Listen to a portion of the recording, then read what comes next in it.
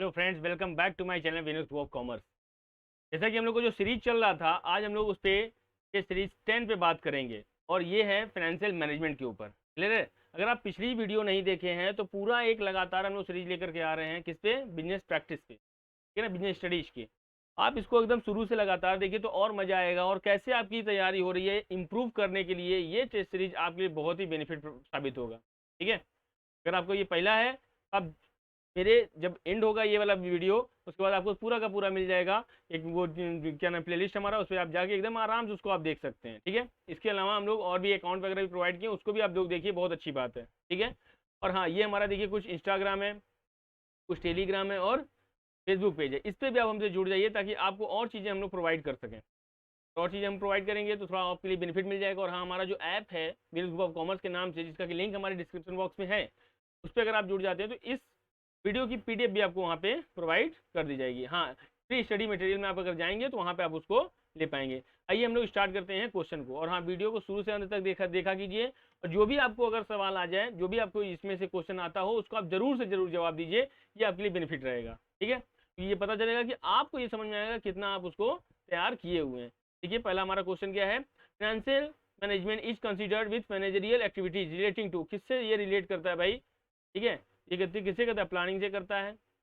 उसके बाद procurement and administration of fund से करता है, ऑप्टिमल यूटिलाइजेशन ऑफ फंड से करता है, उसके बाद ऑल ऑफ द एबव से करता है। तो मैं बता दूं आपके ऑल ऑफ द एबव से ये बात करता है। क्लियर है?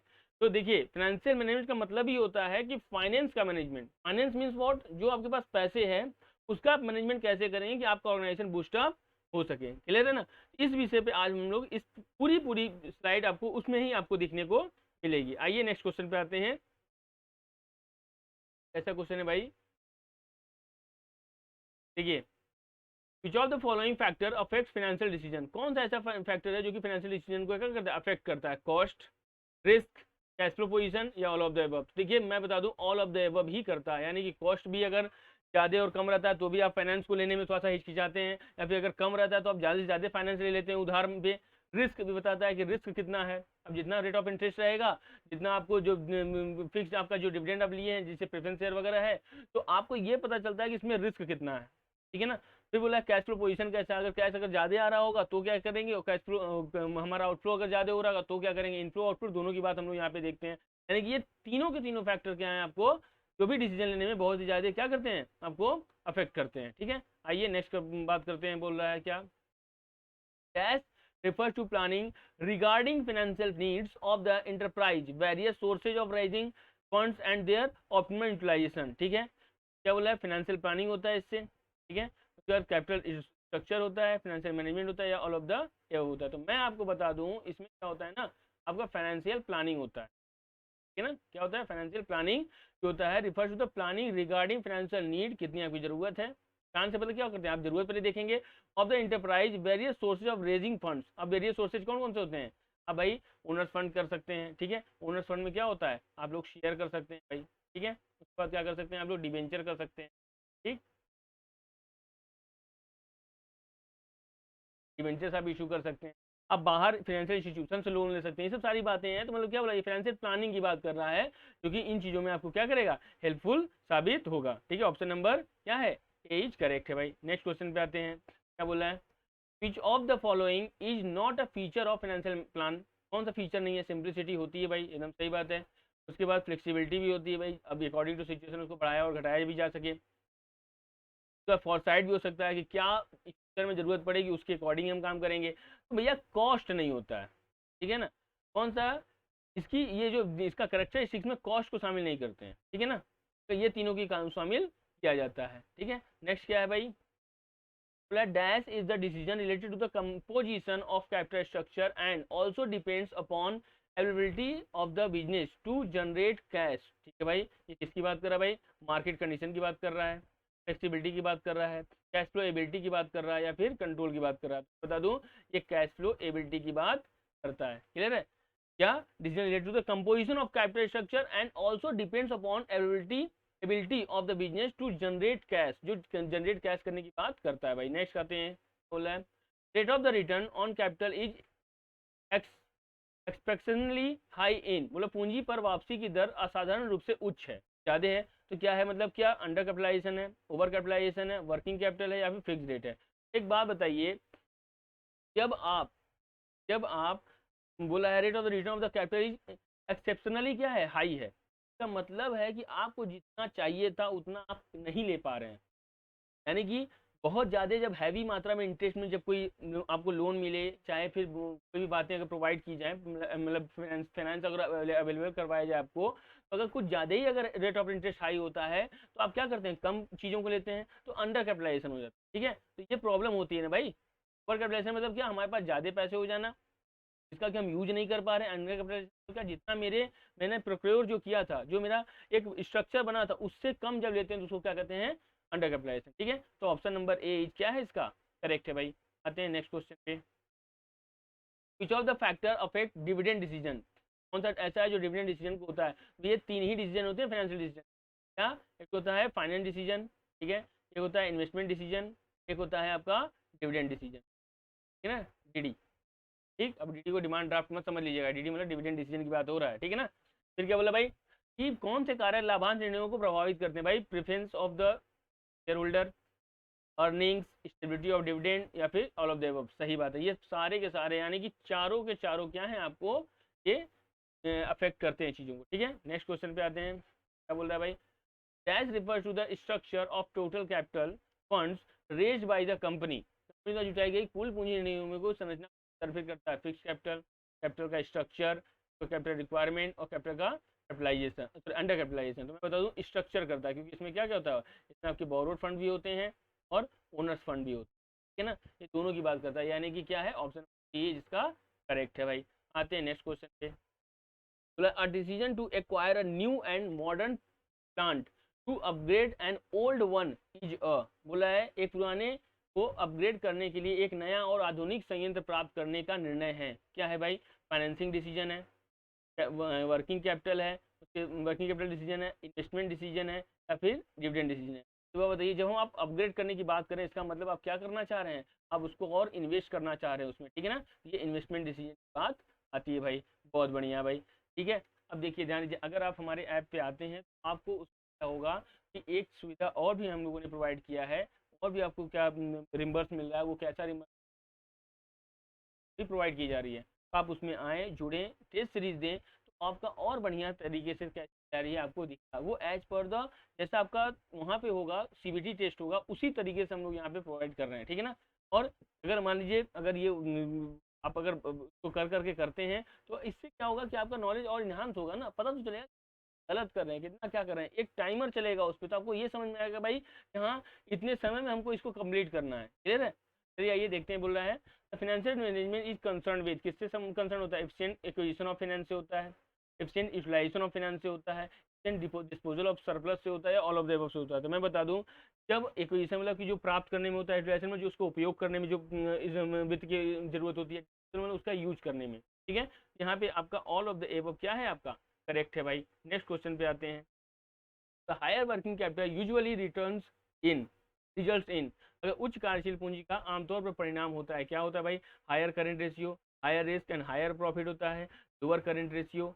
और मुझे जहाँ तक यही ऑप्शन तो सही लगना चाहिए, पर फिर भी एक बार पढ़ लिया जाए साहब।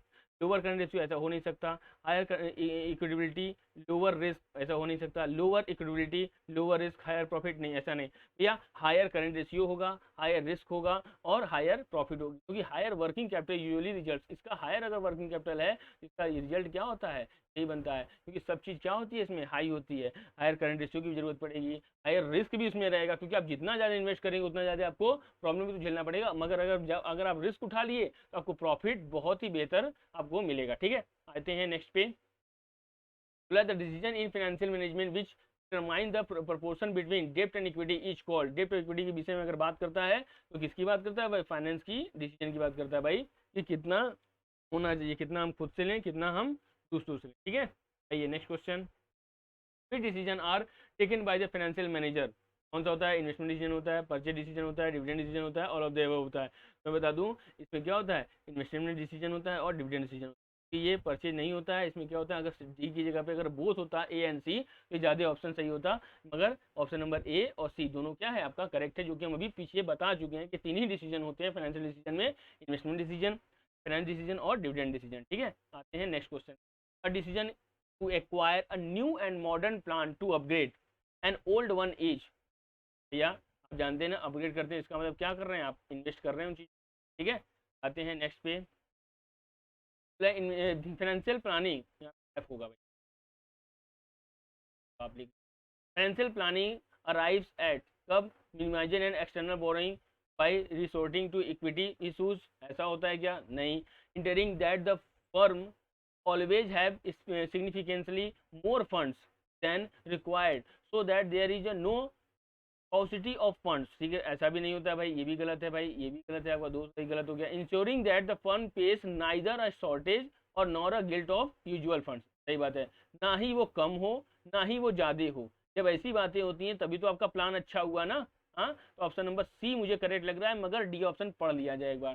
बोला doing only what is possible, ये क्या मतलब, what is possible with the funds that the firm has at its disposal, ये कोई मतलब नहीं है। सी ऑप्शन आपका क्या है, करेक्ट है भाई। नेक्स्ट क्या है, higher dividend per share is associated with, इससे होता है भाई जब हायर डिविडेंड दोगे, अभी हम लोग बात कर चुके थे ना, तो क्या होगा, हायर अर्निंग होगी तभी आप हायर डिविडेंड दोगे, हायर कैश फ्लो होगा तभी आप डिविडेंड दोगे, स्टेबल आपकी अर्निंग्स होगी तभी हो सकता है। उसके बाद लोअर आपका क्या होगा, ग्रोथ होगा, ग्रोथ अपॉर्चुनिटी रहेगी, तो क्या करोगे, प्रतिशत उच्च लाभांश जुड़ा हुआ है इन चीज़ों से, यानी कि डी ऑप्शन क्या है आपका, करेक्ट है। ठीक है, नेक्स्ट पे आते हैं, क्या बोल रहा है, बोला है पीएनजी लिमिटेड, क्या बोला है, PNG limited earned a high profit in the current year। ठीक है भैया, अब हाई प्रॉफिट करंट ईयर में हो गया। However, Rohit, finance manager of the company, thinks that it is better to declare a smaller dividend as he is unsure about the earning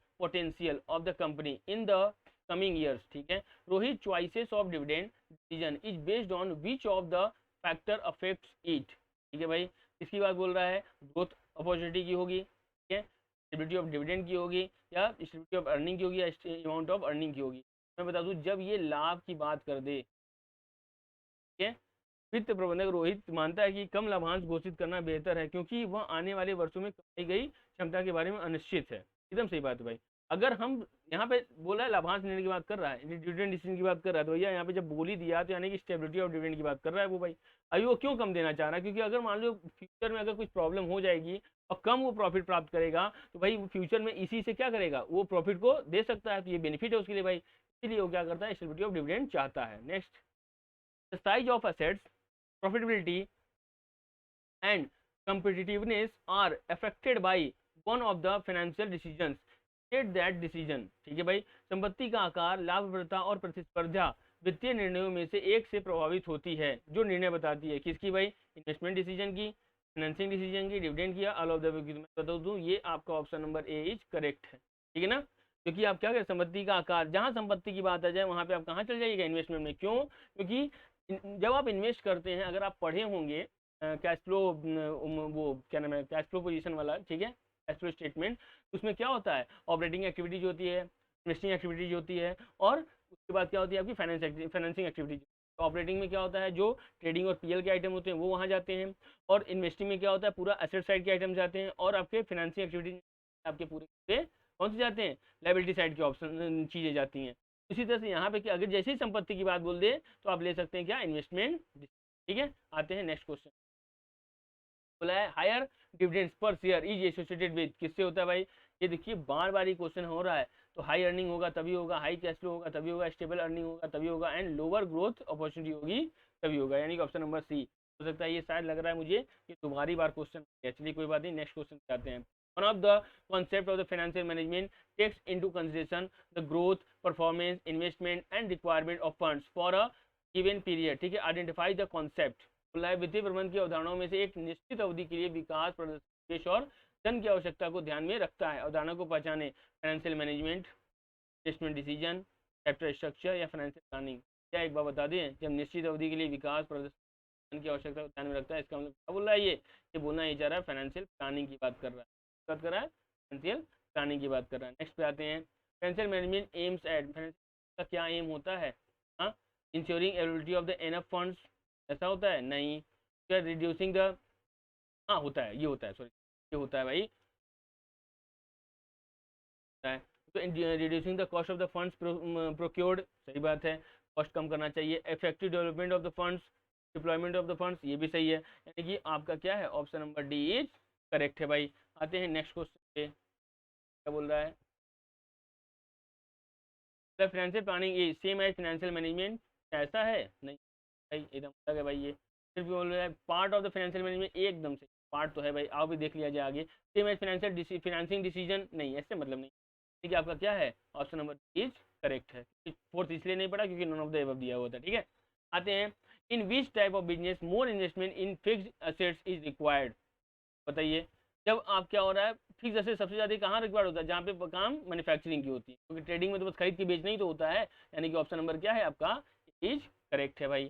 चलिए next आते हैं, name the concept which increases the return of equity shares with the change in the capital structure of the company. ठीक है, उस अवधारणा का नाम बताइए जो कंपनी की पूरी बदलाव के साथ इक्विटी शेयरों की वापसी को बढ़ाती है। ये बताती है भाई, ट्रेडिंग ऑन इक्विटी, कि हाँ ट्रेडिंग ऑन इक्विटी की बात करता है, ठीक है ना। आते हैं नेक्स्ट क्वेश्चन पे, investment decision is also termed as, क्या इन्वेस्टमेंट डिसीजन में किस नाम से बोलते हैं भाई, डिविडेंड डिसीजन के नाम से बोलता है, वर्किंग कैपिटल डिसीजन के नाम से, कैपिटल बजटिंग डिसीजन के नाम से बोलते हैं, फाइनेंसिंग डिसीजन।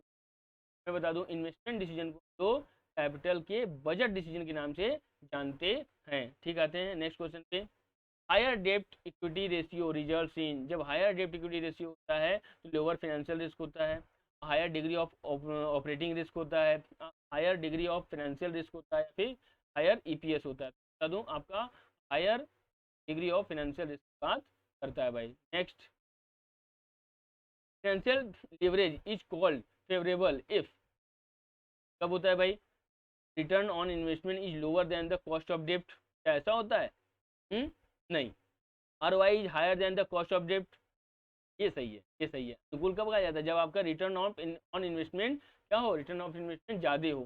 ठीक है, डेप्ट इज नियरली अवेलेबल, ये भी ठीक है मगर ये उतना नहीं है, अनुकूल की बात कर रहा है। ठीक है, ये फेवरेबल की बात कर रहा है, तो फेवरेबल आपका डी ऑप्शन ही मुझे लग रहा है, मगर डी वाला भी पढ़ लिया जाए। If the degree of the existing financial leverage is low, ये कोई मतलब नहीं है, आपका ऑप्शन नंबर बी क्या है, करेक्ट है भाई। नेक्स्ट क्वेश्चन बोला है, customers of different banks can use the same ATM machine for the withdrawal of money. ठीक है, डिफरेंट बैंक के मगर एक ही उसमें कर रहे हैं। ठीक है, this is the related to which factor of fix capital requirement, ये कैसा है भाई, level of collaboration, joint venture and leasing. ये सब क्या हो गए, जब एक ही में हो गए तो मतलब सब क्या किए, कोलेबोरेट किए हैं, ज्वाइंट वेंचर किए हैं और लीज एक दूसरे पे ही दिए हैं, तभी ऐसा कर सकते हैं, अदरवाइज कैसे किसी चीज़ की दूसरे में हम लोग यूज कर सकते हैं। Next, borrowing at the rate 10% and the rate tax of rate 30% means the after tax cost of डेप्ट इज, क्या होता है भाई, बोला है बोरोइंग क्या है 10% है एंड द टैक्स रेट आपका 30% है, means the after tax cost of डेप्ट कितना हो जाएगा भाई,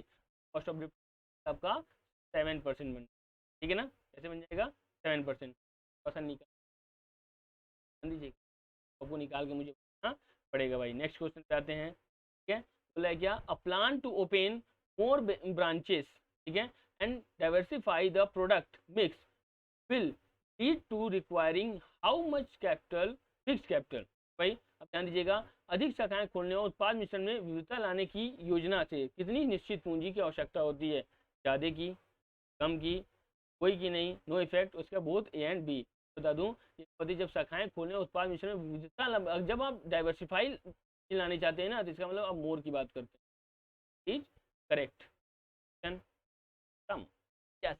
thanks for watching our channel. ठीक है, बिजनेस ग्रुप ऑफ कॉमर्स, और आज हम लोग आपको एक बार फिर से बता रहे हैं, हमारे ऐप को आप जरूर से जरूर डाउनलोड कर दीजिए, ताकि आप उस पर जाके क्या करें, आप प्रैक्टिस कर, स्टडी मटेरियल में आप जाएंगे तो वहाँ पे, और कुछ हमने वो टेस्ट सीरीज वगैरह भी लिए हैं, उसको भी आप देख सकते हैं। ठीक है, और इस पर हमसे आप जरूर जुड़ जाएँ, इंस्टाग्राम पे, टेलीग्राम पे और फेसबुक पे। ठीक है, मिलते हैं नेक्स्ट वीडियो में, तब तक के लिए धन्यवाद।